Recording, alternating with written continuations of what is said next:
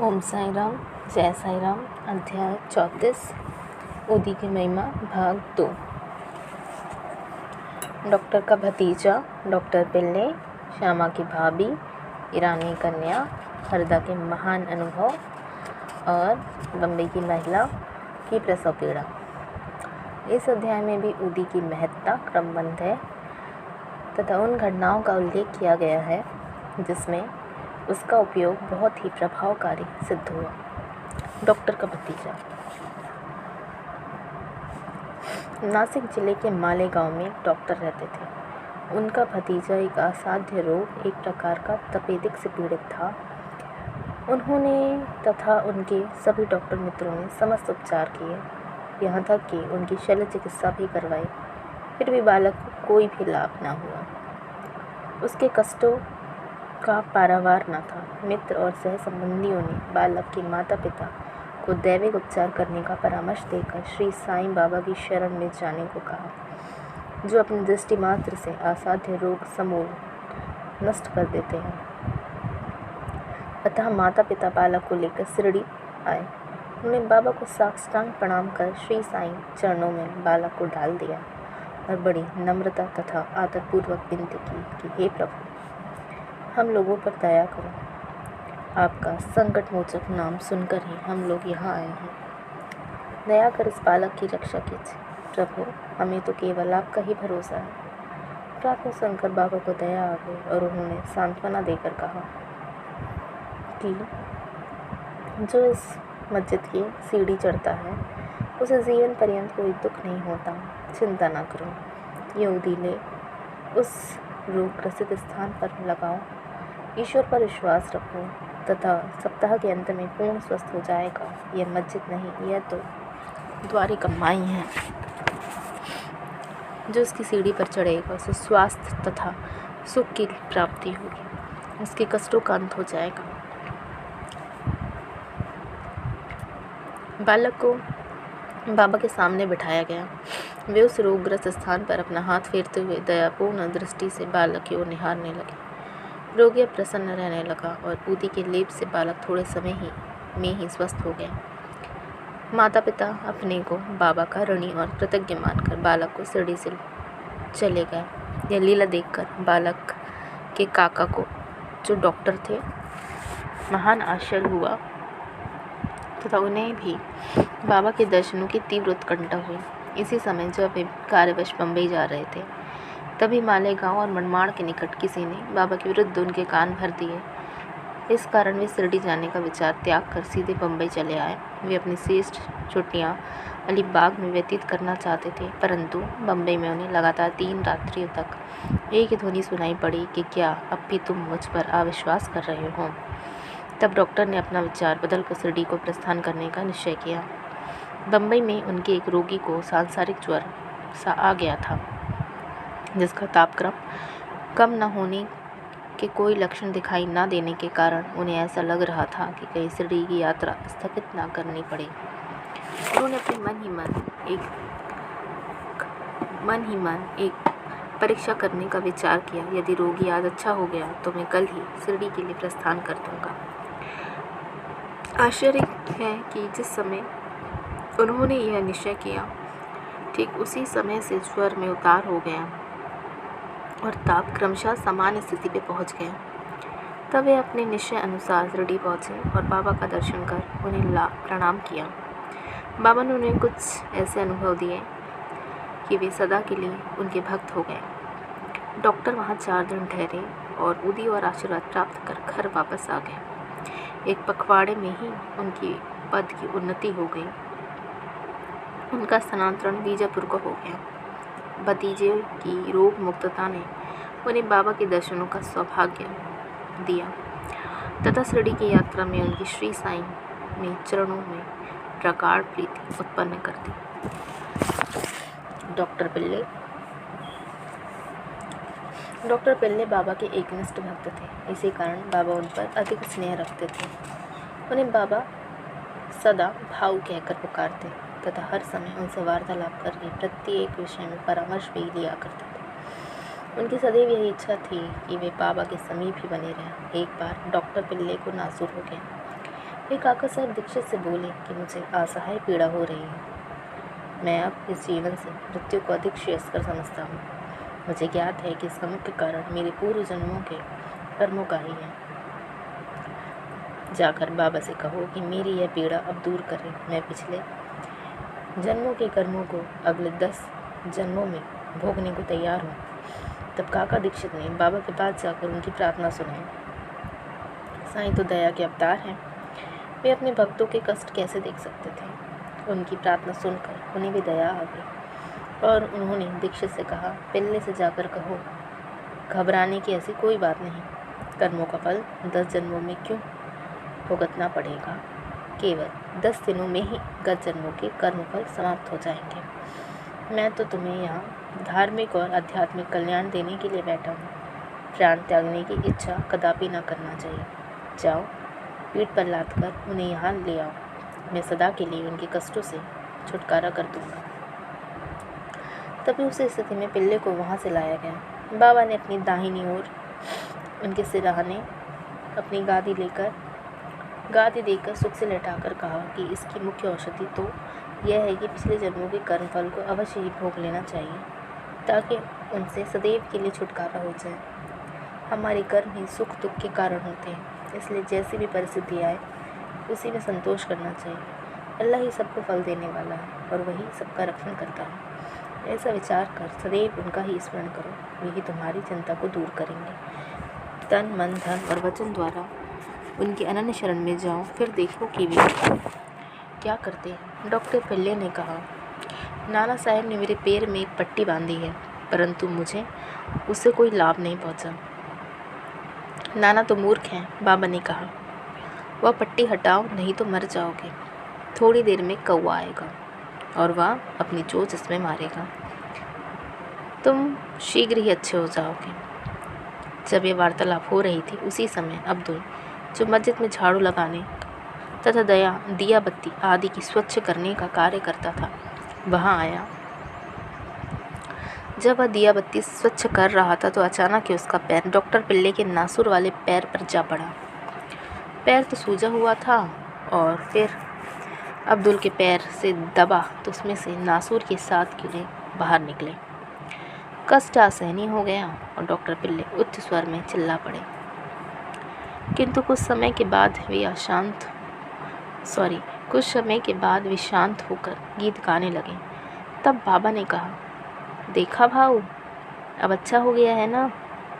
और गाना गा रहा है।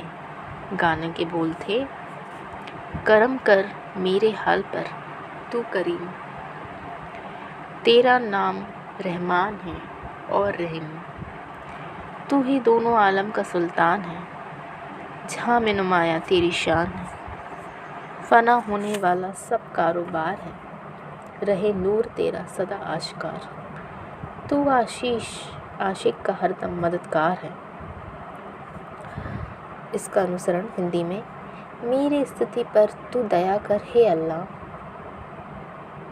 तुम ही दया घन और दयाशील हो, तुम ही दोनों दुनिया के सम्राट हो। इस दुनिया में तुम्हारा बड़प्पन स्पष्ट नीर आता है। यह सब कृपा बोर खत्म होने वाला है, मात्र तुम्हारी झांकी सदा रहने वाली है। भक्तों की तू हमेशा मदद करने वाला है। फिर डॉक्टर पिल्ले ने पूछा कि वह कौवा कब आएगा और चोंच कब मारेगा। बाबा ने कहा, अरे क्या तुमने कौवे को नहीं देखा? अब वह नहीं आएगा। अब्दुल, जिसने तुम्हारा पैर दबाया, वही कौवा था। उसने चोंच मारकर तुम्हारे नासूर को हटा दिया। और वह फिर क्यों आएगा? अब जाकर वाड़े में विश्राम करो, तुम शीघ्र ही स्वस्थ हो जाओगे। उदी लगाने और पानी के साथ पीने से बिना किसी औषधि या चिकित्सा के वे 10 दिन में ही निरोग हो गए, जैसे कि बाबा ने उनसे कहा था। श्यामा के छोटे भाई की पत्नी भाभी। सांवली विहीर के समीप श्यामा के छोटे भाई बाबा जी रहते थे। एक बार उनकी पत्नी को गिल्टियों वाला प्लेग हो गया।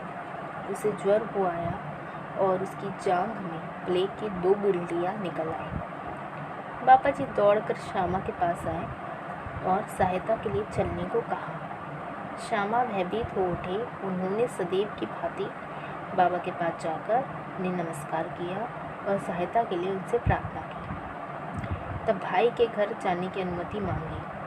बाबा ने कहा, इतनी रात्रि व्यतीत हो चुकी है, अब इस समय तुम कहाँ जाओगी? केवल ऊदी ही भेज दो।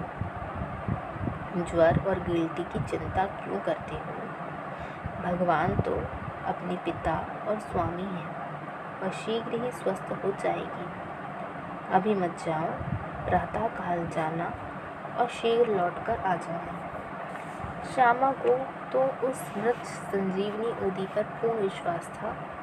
उसे ले जाकर उसके भाई ने थोड़ी सी ऊदी गिल्टी और माथे पर लगाई, कुछ जल में घोलकर रोगी को पिला दी। जैसे ही उसका सेवन किया गया वैसे ही पसीना प्रवाहित होने लगा, ज्वर मंद पड़ गया और रोगी प्रगाढ़ निद्रा में निमग्न हो गया। दूसरे दिन बाबा जी ने अपनी पत्नी को स्वस्थ देखकर बड़ा आश्चर्य प्रकट किया। ना तो उसे ज्वर है और ना ही गिल्टी के कोई चिन्ह। दूसरे दिन जब श्यामा बाबा की आज्ञा प्राप्त कर वहाँ पहुँचे तो अपनी भाई की स्त्री को चाय बनाते देखकर उन्हें बड़ा आश्चर्य हुआ। अपने भाई से पूछताछ करने पर उन्हें पता चला कि बाबा की ऊदी ने एक रात्रि में ही प्लेग को समूल नष्ट कर दिया है। तब श्यामा को बाबा के वचनों शब्दों का मर्म समझ में आ गया। प्रातःकाल जाओ और शीघ्र लौट कर आओ। चाय पीकर श्यामा लौट आया और बाबा को प्रणाम करने के पश्चात कहने लगे कि देवा, यह क्या नाटक है? पहले बवंडर उठाकर हमें अशांत कर देते हो, फिर हमारी सहायता शीघ्र कर सब कुछ ठीक ठाक कर देते हो। बाबा ने उत्तर दिया, तुम्हें ज्ञात होगा कि कर्म फल अति रहस्यपूर्ण है। यद्यपि मैं कुछ नहीं करता, फिर भी लोग मुझे ही कर्मों के लिए दोषी ठहराते हैं। मैं तो एकमात्र दर्शक हूँ। केवल ईश्वर ही एक सत्ताधारी और प्रेरणा देने वाले हैं। वे ही परम दयालु हैं। मैं ना तो ईश्वर हूँ और ना ही मालिक, केवल उनका एक आज्ञाकारी सेवक ही हूँ और सदैव उनका स्मरण किया करता हूँ। जो निरभिमान होकर अपने को कृतज्ञ समझकर उन पर पूर्ण विश्वास करेगा, उसके कष्ट दूर हो जाएंगे और उसे मुक्ति प्राप्ति होगी। ईरानी कन्या। अब एक ईरानी भद्र पुरुष का अनुभव पड़ी। उनकी छोटी कन्या घंटे घंटे पर मूर्छित हो जाया करती थी। उसके दांत कस जाते थे, उसके माथे, उसके हाथ पैर ऐंठ जाते और वह बेहोश होकर भूमि में गिर पड़ती थी। जब नाना प्रकार के उपचारों से भी उसे कोई लाभ न हुआ, तब कुछ लोगों ने उस ईरानी से बाबा की ऊदी की बहुत प्रशंसा की और कहा कि वह विले पार्ला बम्बई में काका साहब दीक्षित के पास ही प्राप्त हो सकती है। तब ईरानी महाशय ने वहाँ से ऊदी लाकर जल में घोलकर अपनी बेटी को पिलाई। प्रारंभ में जो दौरे 1 घंटे के अंतर से आया करते थे, बाद में वे 7 घंटे के अंतर से आए। कुछ दिनों के पश्चात तो वह पूर्ण स्वस्थ हो गई। हरदा के एक महानुभाव पथरी रोग से ग्रस्त थे। यह पथरी केवल शल्य चिकित्सा द्वारा ही निकाली जा सकती थी। लोगों ने भी उन्हें ऐसा ही करने का परामर्श दिया। जो बहुत ही वृद्ध तथा दुर्बल थे और अपनी दुर्बलता देखकर उन्हें शल्य चिकित्सा कराने का साहस न हो रहा था। इसी हालत में उनकी व्याधि को और इस इलाज ही क्या था। इसी समय नगर के ईमानदार भी वहाँ आ गए, जो बाबा के परम भक्त थे तथा उनके पास ऊदी भी थी। कुछ मित्रों के परामर्श देने पर उनके पुत्र ने उनसे कुछ ऊदी प्राप्त कर अपनी वृद्ध प्रथा को जल में मिलाकर पीने को दी। 5 मिनट के पश्चात ऊदी के पेट में जाते ही पथरी मूत्रोदय के द्वार से बाहर निकल गई और वह वृद्ध शीघ्र ही स्वस्थ हो गया। बम्बई की महिला की प्रसव पीड़ा। बम्बई की कायस्थ प्रभु जाति की एक महिला जो प्रसव काल में असहनीय वेदना हुआ करती थी, जब वह गर्भवती हो जाती तो बहुत घबराती थी और किंकृत विमूढ़ हो जाया करते थे। इसके उपचारार्थ संत श्री राम मारुति ने उसके पति को सुझाव दिया, यदि इस पीड़ा से मुक्ति चाहते हो तो अपनी पत्नी को शिरडी ले जाओ। पुनः जब उसकी स्त्री गर्भवती हुई तो वे दोनों पति पत्नी शिरडी आए और वहाँ कुछ मास ठहरे। वे बाबा की नित्य सेवा करने लगे। उन्हें बाबा के सत्संग का भी बहुत लाभ हुआ। कुछ दिनों के पश्चात जब प्रसव काल समीप आया तब सदैव की भांति गर्भाशय के द्वार में रुकावट के साथ अधिक वेदना होने लगी। उनकी समझ में नहीं आता था कि अब क्या करना चाहिए। थोड़ी ही देर में एक पड़ोसी आई और उसने मन ही मन में बाबा के सहायतार्थ की प्रार्थना कर जल में ऊदी मिला उसे पीने को दी। तब केवल 5 मिनट में ही बिना किसी कष्ट के प्रसव हो गया। बालक तो अपने भाग्य के अनुसार ही उत्पन्न है, परंतु उसकी माँ की पीड़ा और कष्ट सदा के लिए दूर हो गए। वे अपने बाबा का बड़ा कृतज्ञ समझने लगे और जीवन पर्यंत उनके आभारी बने। श्री सद्गुरु साईनाथार्पणमस्तु। शुभम भवतु। अध्याय 34 समाप्त।